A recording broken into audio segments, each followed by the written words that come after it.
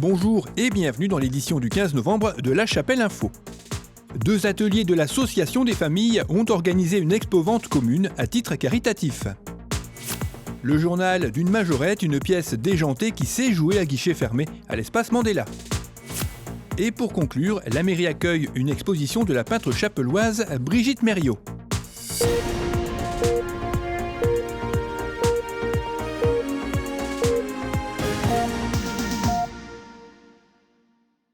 Les ateliers Tchatch et Patch et des petites mains de l'Association des familles ont organisé une expo-vente commune samedi dernier. Les 24 adhérentes du Patch et les 17 des petites mains ont présenté un grand nombre d'ouvrages aux visiteurs qui ont pu apprécier les heures de travail pour réaliser layettes, tricots, serviettes de toilette en broderie, bavoirs, patchwork et couvertures aux multiples tableaux avec comme thème Noël, les poules, les 4 saisons, mais aussi des sacs, des décorations, des housses de coussins réalisées sur le même principe. Il y avait aussi du patchwork associé à de la broderie ou sur des matières différentes que le coton, telles que la flanelle, montrant une évolution de cette technique.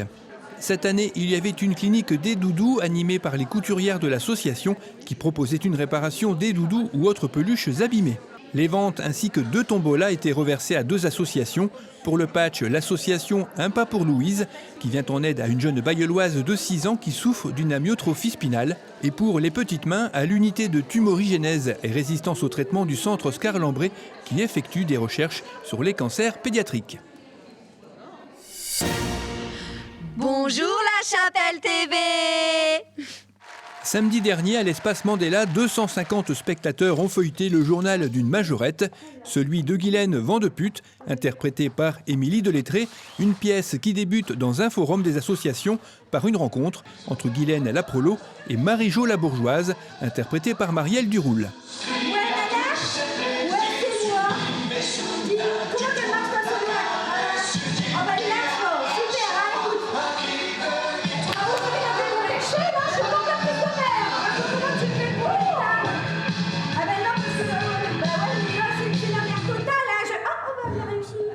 Va s'en suivre une comédie rythmée remplie de situations cocasses, de flashbacks déjantés et de prises de bec mémorables.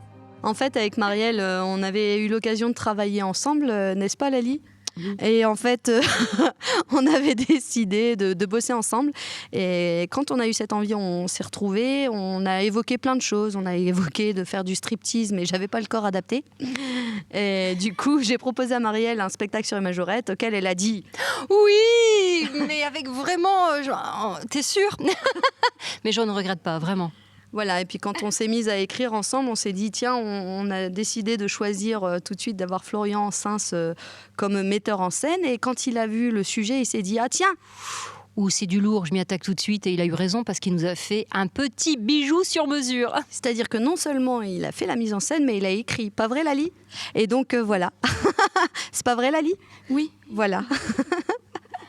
Une mise en scène au cordeau dont le public chapellois se souviendra longtemps, notamment avec ce maniement du bâton, un exercice pour lequel il a fallu un entraînement spécial.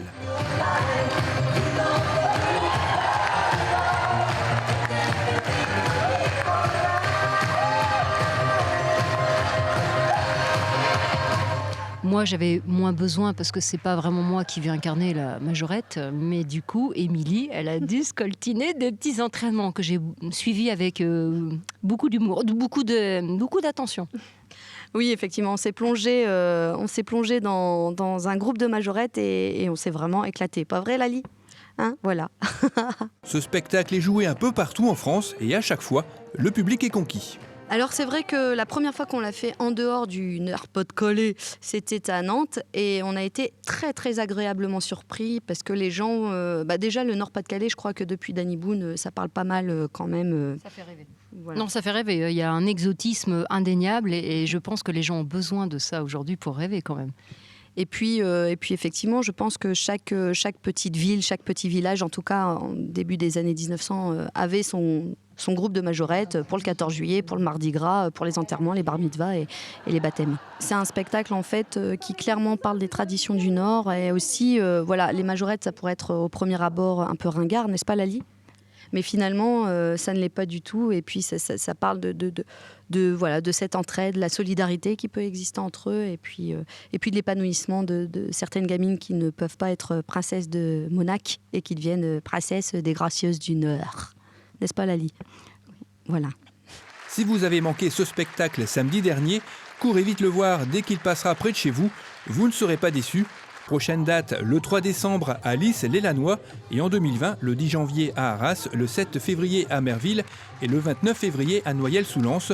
Vous retrouverez toutes les dates de ce spectacle sur la page Facebook qui lui est dédiée. La mairie accueille actuellement une exposition de la peintre chapelloise Brigitte Mériot intitulée « Une histoire ». Peintre autodidacte depuis de nombreuses années, elle participe à plusieurs expositions collectives ou individuelles. Ses créations se situent à mi-chemin entre le figuratif et l'abstrait. Elle évoque surtout des scènes de vie mêlant des femmes et des enfants, s'épanouissant dans un univers théâtral. Elle travaille à l'acrylique ou l'huile, au couteau ou au pinceau, en négligeant les finitions des visages. Elle évolue dans un monde imaginaire et mystérieux, dans le but de faire passer des émotions. L'exposition est à voir à l'espace Mandela et à la mairie jusqu'à fin décembre.